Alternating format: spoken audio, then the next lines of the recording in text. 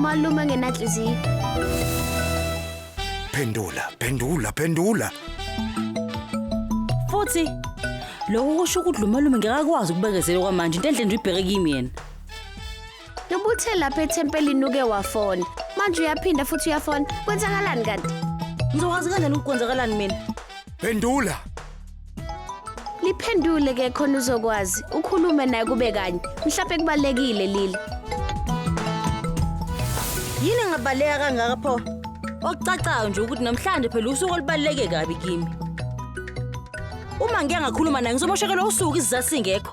Futhi ngaphandle nje kwalokho, khulalela. Lokho kusho ukuthi umalume nomndeni wakhe wonke abahlangene enhlobo nayo yonke lento. Woza. Ya, wena khuluma naye. Thatha lokho, hamba, yokhuluma.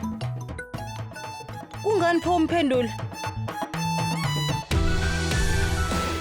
Phendula. Abiram. Zama ukushayela ulilo ucingo. Akayibambe ingcingo zami. AJ yehlisa umoya.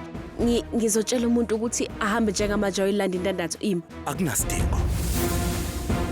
Usuvela udala ingxoshongxosho.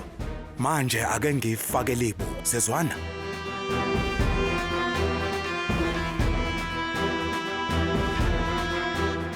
Ngizoyakalila ngokwami yolanda indandatho. Endaweni kalila? Yebo, kwalila.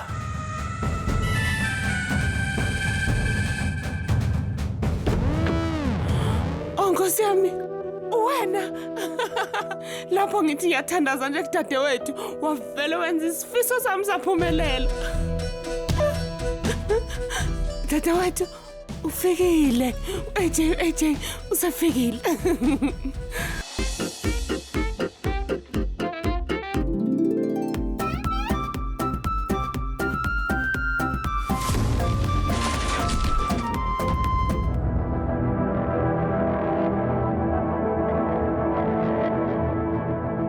Kwenzakalani kanti namuhla? Kungenxa yalo amalume loyana. Kwenzeka ngoba uhlale ngibiza njalo nje. Cha. Lila. Ehlisa umoya. Uyintombazane ejwayelekile yini kanti wena? Noma uyiqhawe le ntombazane? Awukwazi ukuthi ungathuswa izinto nje ezisobala njenganalezi? Ha? Ngekwazi. Kulungile. Shh. Was.